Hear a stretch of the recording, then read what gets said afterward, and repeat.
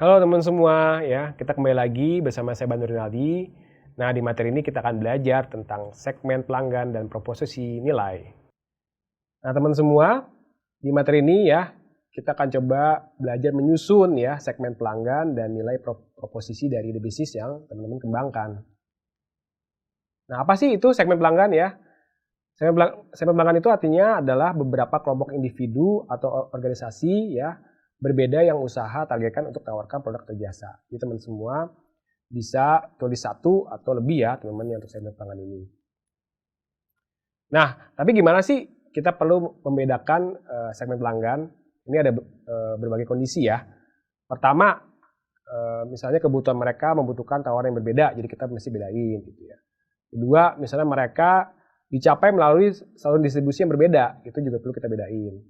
Ketiga, juga misalnya mereka membutuhkan jenis hubungan yang berbeda ya, atau mereka memiliki profitabilitas yang sangat berbeda, atau yang terakhir misalnya mereka bersedia membayar untuk berbagai aspek penawaran. Nah ini perlu ya kita membedakan segmen pelanggan. Jadi teman-teman jangan sampai teman-teman melihat bahwa mereka itu punya karakteristik yang berbeda tapi disamain gitu segmen pelanggannya. Akhirnya teman-teman jadi nggak efektif nanti ketika berbisnis.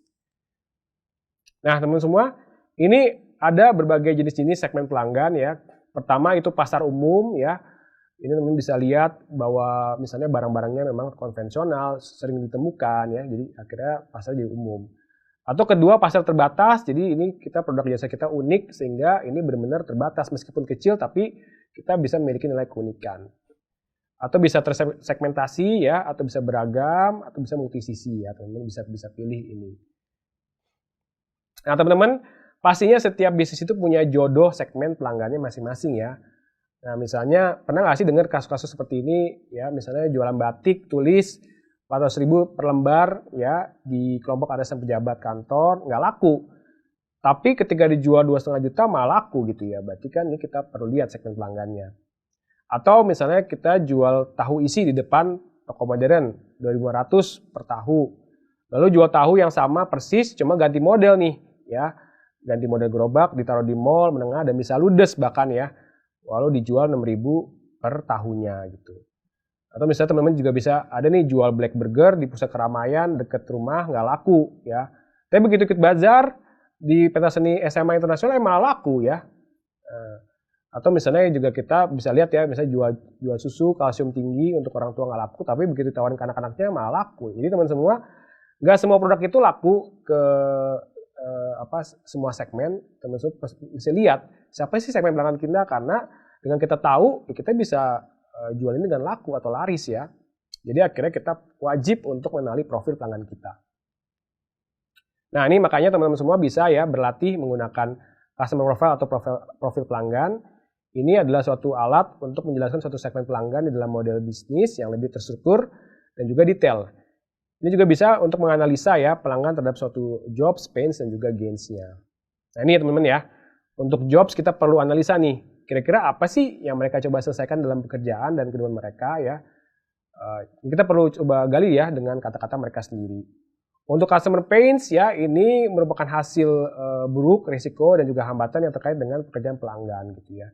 Jadi misalnya mereka nggak suka apa sih ya, mereka juga misalnya dari produk tersebut mereka apa yang mereka tuh benci gitu ya. Dan ketiga customer gains ini artinya adalah hasil yang ingin dicapai pelanggan atau manfaat nyata yang mereka cari. Jadi kita mesti tahu juga apa sih yang mereka suka dari produk kita ya. Nah itu, sekarang kita coba bahas ya tentang value proposition atau nilai proposisi. Nah, nilai proposisi ya artinya adalah kumpulan produk dan layanan yang menciptakan nilai untuk segmen pelanggan tertentu ya. Jadi ingat ya, setiap segmen pelanggan itu pasti memiliki nilai proposisi yang berbeda-beda.